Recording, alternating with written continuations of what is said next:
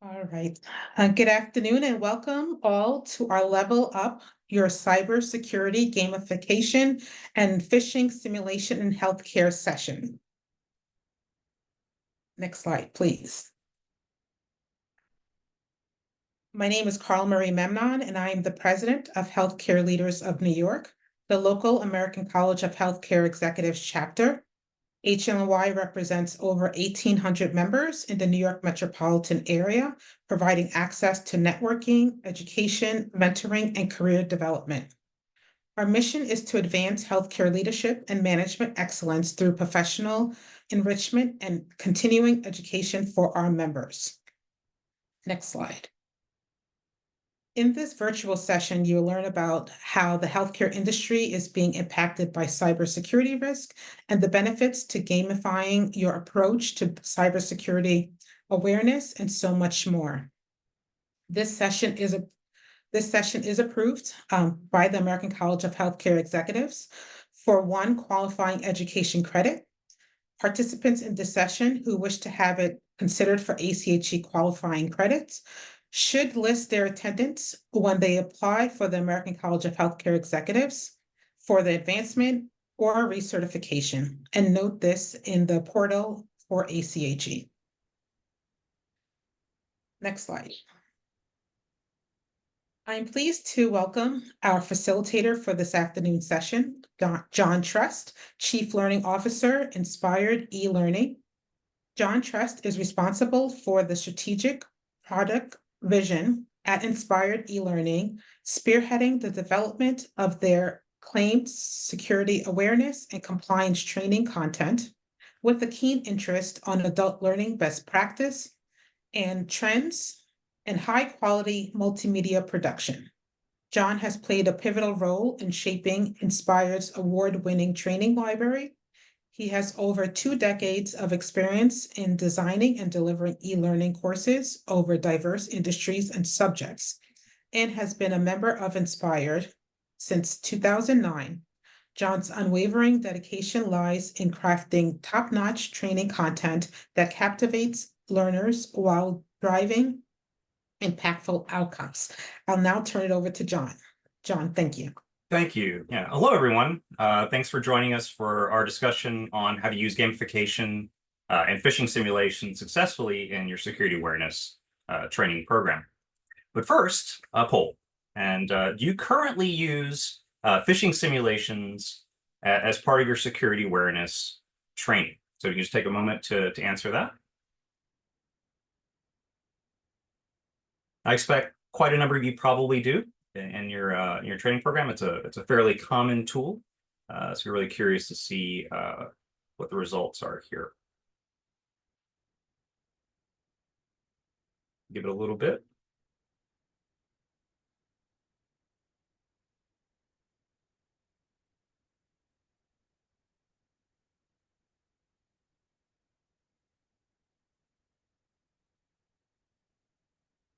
If you're just coming in, please feel free to answer the poll question.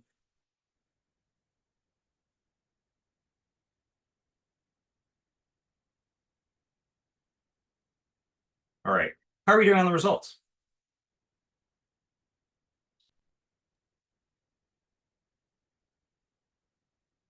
Pretty good. Do you want me to read them? Yeah, what percentage are we looking at? We have here 79 or 75% yes. Wow, okay, yep. And 25% no. So, that's a bit higher actually than what we've seen. Usually we're above half, but 75% is great. And I'm glad that you're using the tool. Hopefully today we'll give you some new nuggets of information, maybe some best practices that will help with your campaigns. All right.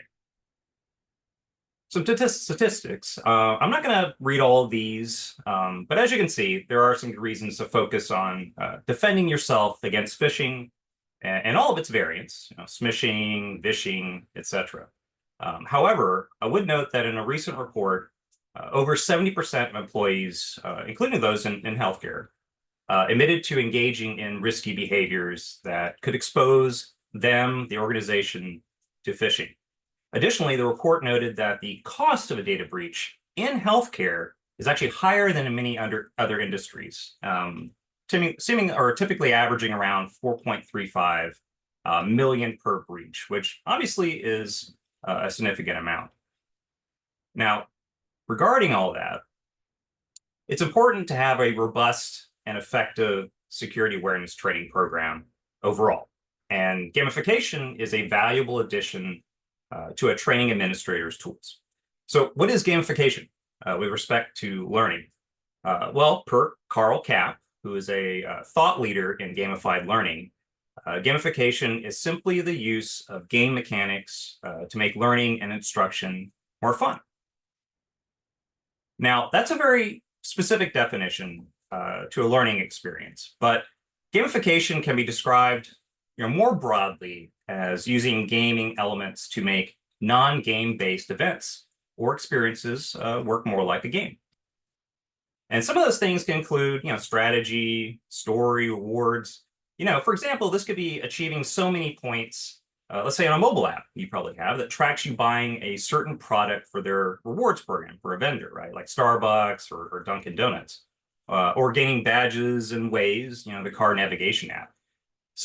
But the idea here is that there are many gaming elements, 99 plus, right, that can be used to create these types of experiences, whether they're points, rewards, levels of experience, etc. But what's the point, right? Why even consider using gamification in your training efforts? Well, learner motivation is really a big consideration when it comes to adult learning. And motivation is certainly important when it comes to mandatory security awareness training, right? So most employees don't look forward to this. They'll do something in the background and just click next. But at the same time, we do need them to pay attention, right? And there are different ways to attain this. To quote Carl Kapp, once again, it's amazing how motivating a $10 gift card, to the local coffee shop can be. So this type of motivation is referred to as extrinsic or external motivation, right? Something tangible, cash, merchandise, etc. But there's also something called intrinsic or internal motivation to consider, which is one of the main benefits of gamified learning. So what's the differences real quick? Well, first and most importantly, intrinsic motivation is actually a stronger motivator than these extrinsic rewards. If the learner can enjoy the experience on its own without external rewards, and if the learner can see the value of the material and is positive about the gaming experience, the training sessions are going to be more successful. I mean, if you could think about mobile games, people easily get addicted to these, but at the same time, they're not typically being motivated by external rewards, right? They want to play because it's fun, and they can achieve what is valuable to them in the game, such as levels of progression or simply winning the game. So this type of gaming experience is stronger than just having prizes, right? For completing courses, and we'll talk about phishing simulations as well later. All right, so here are some examples of good applications of gamification in learning that you may have some exposure to, especially if you have children, right? And these are all successful programs, Duolingo, Kahoot, etc., because in part, they are highly motivating. Now, another consideration when it comes to your games is what type of game is it? Here are a few options that I've certainly seen applied in e-learning in the classroom effectively, but the sky's the limit. There are plenty of types of games out there. But what you want to consider is which type will allow you to attain the learning goal that you have set out. And I want to talk about stories. So this is one of the strongest elements that you can add to any game, a narrative behind the game, right? Stories can create emotions in the learner. And studies have shown that tying emotions to learning material, preferably not negative, right, makes that material easier for learners to process and remember over time. So this is a memory retention factor that you can use to strengthen the learning experience. So let's discuss how to implement a game as part of a security awareness training program. Now, it's unlikely that a game is really going to cover all of the subject material that you need to cover, such as all the tenets of a compliance regulation or the myriad of threats in the cybersecurity landscape, like phishing, pretexting, ransomware, etc. So you'll want to start with a multi-topic base security awareness foundations course, which you can see here on the left, right? You want to do that first because you want to baseline your employees on the current cyber threat landscape and cybersecurity best practices. Now, where the game comes in, or where you can include gamification, is sort of tie them to more deep dives on subjects such as phishing or social engineering as an alternative learning experience as you go through your program. It's a blended experience, and it really helps reinforce your training and information retention of your employees over time. Now, there are also further ways to really enhance your game to achieve the most benefit in the training time that you have, which is obviously costly, having your employees off the floor doing this training. So you want to make good use of that time, right? So often cybersecurity threats can seem a bit intangible to the learner, and separated from really employees' day-to-day experiences, right? They may not have encountered these things. So this is an example of our new game on phishing. This game puts one in the shoes of the fisher. So it's taking a completely different approach to the training that you're already doing. And it gives your learners a chance to actually get their hands dirty in building phishes from components such as the sender, subject line, and body of the email. And this provides something called an experiential learning opportunity that can really help employees retain an understanding of these types of threats. All right, let's talk about challenging learners. So a common pain point we see, and really it's any type of training, but is the difference of levels of knowledge of the learners. So those who think they already know everything about a subject, such as an IT or cybersecurity employee who's taking a course on phishing, is really less likely to pay any attention to the course. However, if you can create a challenge to the learning experience, such as rankings as you see here, this is really motivating for those who would not be engaged otherwise. And there's a potential for a level of replayability when the employee can strive to get better ranking. Now, we talked about what gamification is, but I wanted to note what gamification is not. And I've certainly seen this confusion with clients who've heard about gamification or seen it listed with a training vendor, but didn't know exactly what it was referring to. Right? So an easy thing to confuse gamification with is simulation. So the difference is simulation is simply showing how something works in a training experience, where the learner can themselves interact with a safe version of the software or processes that they're trying to learn about. It doesn't necessarily contain gaming elements, as we talked about earlier. This example on the right is a simulation of a phishing scenario, for example, from a course. Now, games can have simulations in them, or simulations can take advantage of gamification, as we'll talk about in the phishing simulations. But that is not necessarily going to be the case. And we'll discuss this a little later, but let's talk about simulations. It's likely that you're including phishing simulations, as we saw in the poll, right, 75%, as part of your security awareness training efforts. Well, threat simulations are an excellent way for employees to really apply what you've been teaching, what they've been learning, right? It's a good way to practice. But how do you work your simulations into the training program where they'll have the most impact? Well, as you see here, this is something called a forgetting curve, right? So studies show us that information learned is quickly lost over time. For example, as you can see on this forgetting curve graph, best case scenario, you could lose approximately half of what you're taught in a course in a matter of like 3 weeks, right? Up to 90% in 2 months. So you'll see that through here on the curve, right? Now, other studies suggest that these numbers could actually be far worse. So how do you counter this, right, as a trainer? Well, what you don't want to do is do a one and done approach, right? Like just a check the box approach to your training, such as a single annual course on security awareness. Retention takes regular reinforcement of the training material over time to really counter that forgetting curve. This is something called the spacing effect. And studies shown that remembering the material actually becomes easier to do over time with repeated reinforcement, as you can see here. So how does one reinforce their security awareness training program?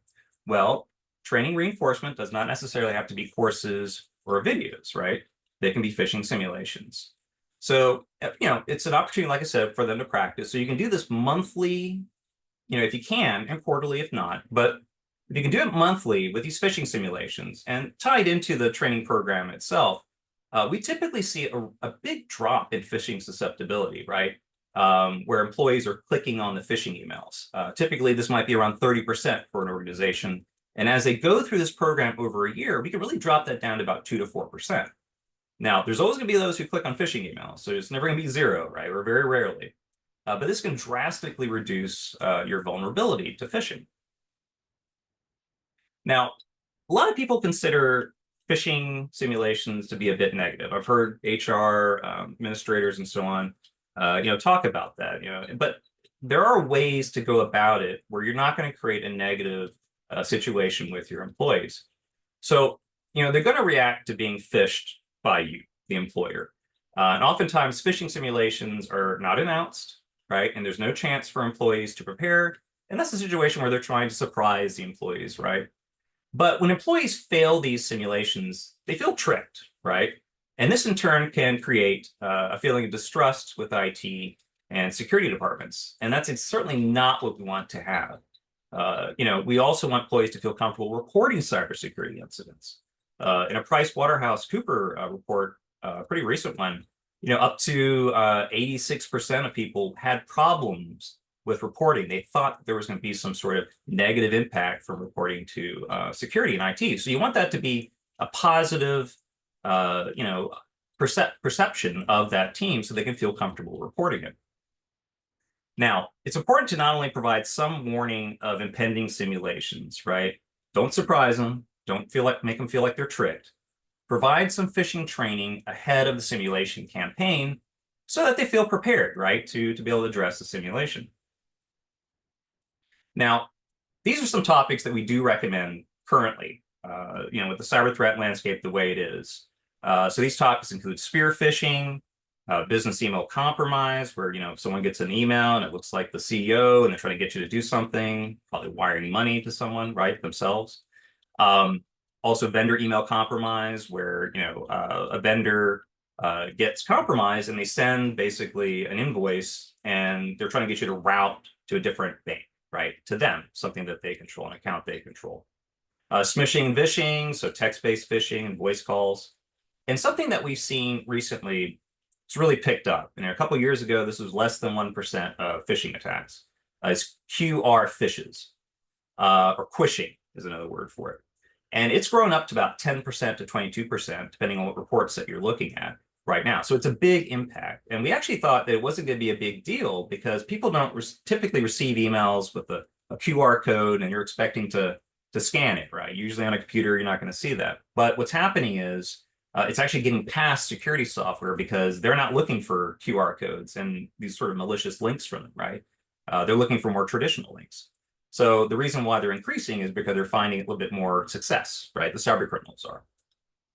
Additionally, another big trend is AI-powered phishes.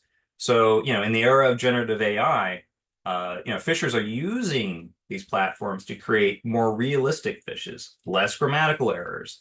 They can even imitate or mimic someone's typical writing style, right? To even further cause, issues with trying to figure them out. Now, another one, going across the same sort of AI consideration here, is something called zishing. So what this is video conference phishing. This situation where you think you're talking to somebody that maybe, and they're not real, right? It's a deep fake. It's a faked person. And they could put like malicious links in the chat. They can get you to wire money. There's a situation in China where a person was brought into a meeting. He thought he was meeting with like 6 other people. They were all deep faked. And even though he felt suspicious about the request, he ended up wiring millions of dollars, right? So he was tricked, and it was a excellent way to trick somebody, right? So, and very convincing. And lastly, zombie phishing. So this is a situation where, someone's email gets compromised. They send out emails. They're trying to resurrect, hence zombie phishing, resurrect an old thread and then send an email with that thread. So it looks like a reply or a forward, et cetera, and it adds a lot of credibility. It makes it much more difficult phish to really discern. All right, so let's talk about remedial training. This is something that you want to have planned ahead of a campaign, right? It's best to immediately follow up the training while the incident is fresh to better connect the experience with the training material. But you also need to consider what will happen with those who fail more than one simulation, because you're going to have those people, right? So do you just give them the same training? Do you do different training over that time, which we definitely recommend having a different type of training each time. Maybe that's where the gamification comes in. But you're trying to get the information across in a way that hopefully they'll understand better if you do this process. So it's best to change them up, not just for this reason, but also having different approaches, as I said, that really help the learner understand the topic. But let's discuss repeat offenders, right? You're probably going to get these as well. So what do you do with people who continue to fail these phishing simulations? Do you punish them or restrict their access to systems? I've certainly seen that. But you got to remember, this is a training program, right? Employees learn best when the environment is a positive experience where one feels safe to fail. So some people may take longer than others to get practiced in defending against phishes, but they're not going to respond and learn as quickly if they feel fear. So, and when online and classroom training is not having a positive effect on these employees, it's worth considering more focused help with perhaps your supervisor or manager, or maybe the IT or security department. All right, so which templates do you choose? Now you've got your campaign ready to planned out and everything else. What are you going to use, right? Well, you can start with the most commonly phished brands, as you can see here. It would be good to have a smattering of the ones, right? Different ones to try different approaches that may affect your employees differently. They may be more relevant to your business or institution, especially the top thread, which are based on LinkedIn communications and actual connection requests, right? That we see that a lot. And that's something that they really need to be aware of. Now, what I would note, and we've seen this happen as well, this is not a good subject, is a phishing email based on raises and bonuses. Like, click here to, we've got this bonus coming your way, click on this attachment, etc. A bogus malicious link and fake login page to mimic credential theft, or attachment. But the thing is, these can really have a negative impact on employee morale. And as we talked about before, we want the perception of IT and security departments to be a positive one, that they want to feel comfortable reporting, etc. So it's best to stay away from these topics. Now, it's common for phishing simulations to have several different types of phishing simulations. So a very popular one we see is a malicious link type of approach. We'll see attachments and form fills as well to mimic credential phishing. But the one we see that actually has the greatest success like I said, trying to get people to see if they will fail, right? So they can learn from these situations is an attachment. So an attachment is, could be 2 or 3 times as many people that potentially will fall for it than something like a malicious link. So it's something to consider. Now, I would also note that, there's a lot of different subjects that you'll typically see in your phishing simulation platform. Package delivery, something from human resources, etc. But it's good to include really time-appropriate templates, right? Such as taxes or Black Friday, etc. They can be pretty effective as they're more relevant to the employee, at that time. And it's also good to change up the difficulty of the phishing simulations. The best approach is to sort of ease learners into the exercise by starting with the easiest templates and progressively moving the difficulty up through the year, all the way up to hard. So your simulation platform likely has these templates organized, and they're typically 3 levels, like we see here. So easy, medium, hard, something to that effect. Now, another thing that you may see with phishing simulation platforms is that sometimes they'll have email software tools for employees to report phishes, right? And these can be simulations or actual phishes. But usually it's like a plugin for Outlook or Gmail. And this is a great way to empower your employees to proactively report these phishes. And it also gives you another metric to measure the success of your phishing training program. How many people are actually reporting these phishes? Now, Another common feature of simulation platforms are in the form of, their learning opportunities. This is in the form of landing pages. So when an employee clicks a link, clicks on an attachment, so on and so forth in the simulation, they're directed to a web page that's alerting them that they were phished and what they should do next time that they run into these kinds of situations. Now, it's good to immediately follow up a failure with a learning opportunity, such as a landing page, but you do want to consider how the learner is going to react when they get to this web page, right? They certainly weren't planning on going there. And in most instances, we find that the employee will spend just a brief few seconds on a page, probably spooked by the misdirection, right? They didn't expect to go there. And so they're not going to absorb what you're trying to teach them in this learning opportunity. So to counter this, you may want to consider making the web page more welcoming, actually, for the learner. Using less threatening language like "you've been phished," adding your logo, certainly, including image of a familiar figure, someone maybe an authority, such as a CEO or chief medical officer, etc.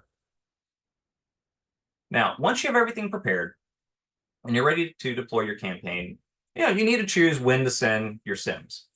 And according to eCentire, the most phished day of the week is Tuesday. And in general, the highest volume is midweek.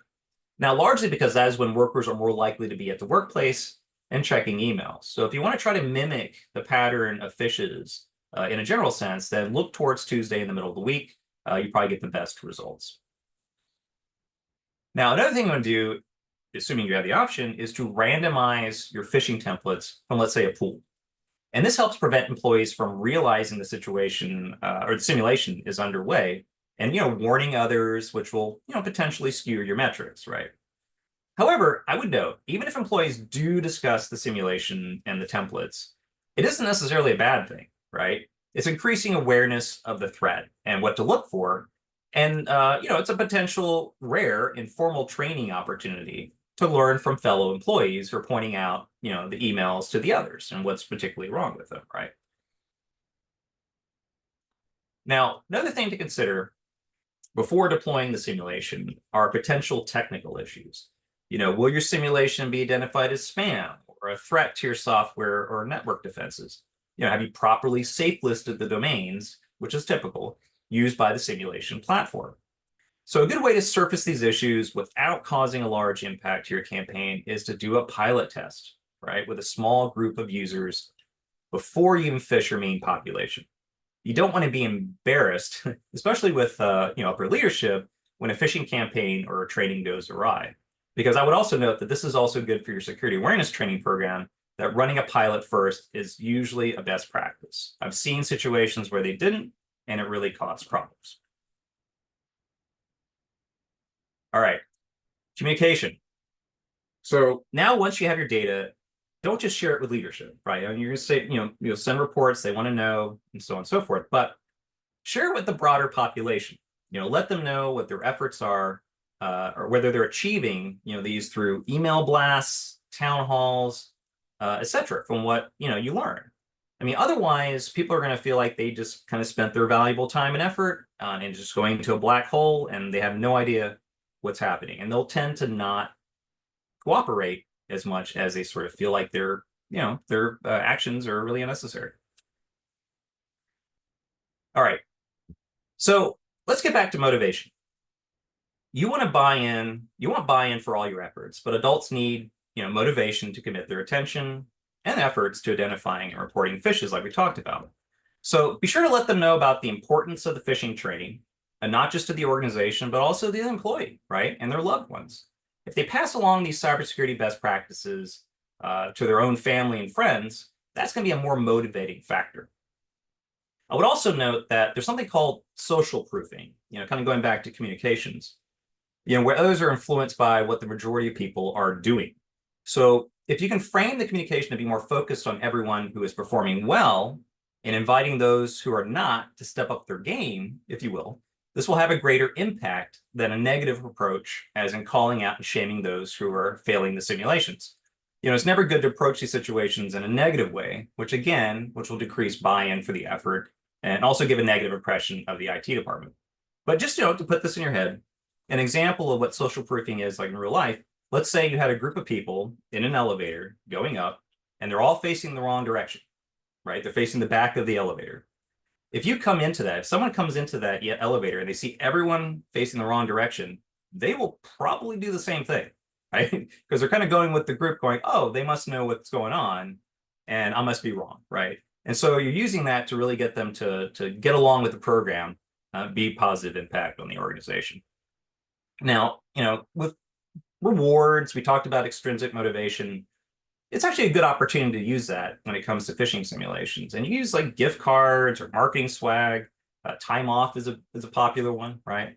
So all rewards for not failing and reporting them to IT. And it's a good way to motivate people to fall in line with these programs. But I would also note, and what's really free is simply recognition, right? Who are doing well in, let's say, reporting phishes? Promote that, right? It's a great way to motivate not only them, but others. So we'll also want that recognition, right? And as I said, it's free. You don't have to worry about a budget for your campaign, etc., as long as you're doing that for people that are involved. Now, something that's coming up right now is Cybersecurity Awareness Month, coming up in October. And this is a great opportunity to include games in your security awareness program where everybody's kind of focused, right? So, you could leverage a competitive game, some kind of multiplayer kind of setup, because you'll likely have multiple people attending and they can enjoy the experience and have takeaway from it. Now, this is our 2024 theme. It's a jungle out there, right? This is for Cybersecurity Awareness Month. And again, noting it's coming up in October. So if you have any interest in taking advantage of that, now is probably a good time to start planning for it. So typically, Cybersecurity Awareness Month has 4 topics. You could break it down to 1 per week, right? And the National Cybersecurity Alliance is who really promotes this. And the 4 topics they have for this year, which is actually the same as last year, they're hoping they'll make a bigger difference. Now we'll kind of stay on the same topics, but passwords, MFA or multi-factor authentication, phishing, and software updates. So they want you to kind of focus on these, if you will, for Cybersecurity Awareness Month. You don't have to. You can just focus on ones that are more of an issue for your institution, for your organization. But these are the ones that they recommend.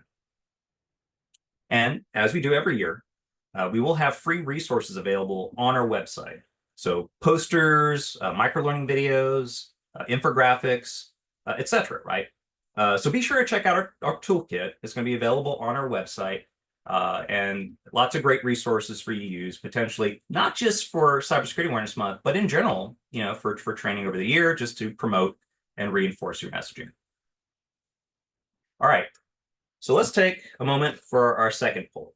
So, if you'd like to speak to us further about getting trial access, trying out content, trying out the phishing simulations, especially if you're new to them. And we just released an AI threats course this last month, so that's an awesome thing to check. And obviously, it's something that's for top of mind right now. So you can take a moment. If you'll click on the yes or no for the poll, we'll get some results from this. And we appreciate your interest, certainly. And we're here to help. So feel free to reach out. Myself as well. LinkedIn. Find me on LinkedIn, and we'll provide whatever guidance we can. Okay. Do you want to close out the poll? Great. Oh, well, it's almost the same as phishing simulations, but flipped. So yeah, glad to talk to you further, and certainly happy to have the interest. All right. So let's take a moment. If anybody has any questions regarding what we talked about today, Carl, Marie, anything that came up? There's one question. One is, how many times should I let a repeat offender fail before getting management involved? Okay. Yeah. Well, first, yeah, it's good to get management involved. If this persists. Generally in the industry, 4 times is a good number to aim for. After that, you probably want to follow up with managers, potentially. I mean, remedial training is good as well ahead of that. And hopefully it won't get to a point where you feel like you have to penalize the person in any way. You don't want a negative experience, but at the same time, you don't want the driver to be crashing constantly, and that's okay, right? So obviously phishing is a huge vulnerability for most organizations. So Another question, would you recommend any type of games for cybersecurity events in the workplace? yeah, so we're talking about multiplayer, right? If you Google the Training Arcade, they have actually a Jeopardy licensed game, right? And a lot of people enjoy Jeopardy, so you could do a multiplayer type of event on their platform. I would certainly suggest that option. Another good one that we've seen do well is escape rooms, right? Pretty popular thing for people to do. And it doesn't have to be anything complicated. I've seen just a laptop in a room, a few physical props, and you're trying to escape that room, right? So it can be pretty easy to set up. You don't have to feel like you have to go through too much trouble to create the experience. But those two are good, I would say. Those are the ones that come to mind. I don't see any other questions right now in the chat. Okay. Well, as I said, if you have questions after this webinar, feel free to reach out and we'll get them addressed. All right. So this is the contact information. Feel free to take a snapshot of that. This is how you contact us. And like I said, appreciate the interest in what we do. All right, Darren, you want to take it away? Hi, good afternoon, everyone. Thank you so much for joining our Lunch and Learn webinar with our incredible speaker today, John Trust, on behalf of our sponsor, VIPRE Health. Thank you so much, John, for that incredible session and the information. I know I've gained a lot more knowledge thanks to you in this session, and I hope our membership has as well. Next slide. For our members here at Healthcare Leaders of New York, we have more upcoming events to help continue to add value for our members, continue to connect our members, and help move us forward now and into the future. We have our Fellow of the American College of Healthcare Executives Advancement Town Hall, Wednesday, August 28th, which is a week from today. We have a Summer Mixer with Ivory Peacock on Thursday, August 29th. Our inaugural Live on New York Donor Heroes event, Saturday, September 21st. Our 8th annual mini Congress, Thursday to September 26th at New York Academy of Medicine. And we have a Fellow of the American College of Healthcare Executives prep course hosted by Healthcare Leaders of New York on Saturday, September 28th. We have the American Brain Tumor Association event, November 10th. Our annual Frank Camerano Memorial Dinner and Lecture, Tuesday, November 19th, and closing our year with our annual holiday party, Tuesday, December 3rd. More events to come, but we look forward to seeing you all at what we have currently for our save the dates for the upcoming events. Next slide. And as always, we couldn't offer value or provide the work that we do here in Healthcare Leaders of New York if it was not for the incredible sponsors that we have. This event itself was hosted and supported by one of our wonderful sponsors, VIPRE, and we're so happy to have them and all of our sponsors join Healthcare Leaders of New York in supporting us as partners to adding value back for you, our members. Next slide. Oh, that's the end. That's it. Yeah. Thank you all. We really appreciate it. Have a great rest of your Wednesday, great weekend, and we'll see you at the next event. Thank you and have a great day.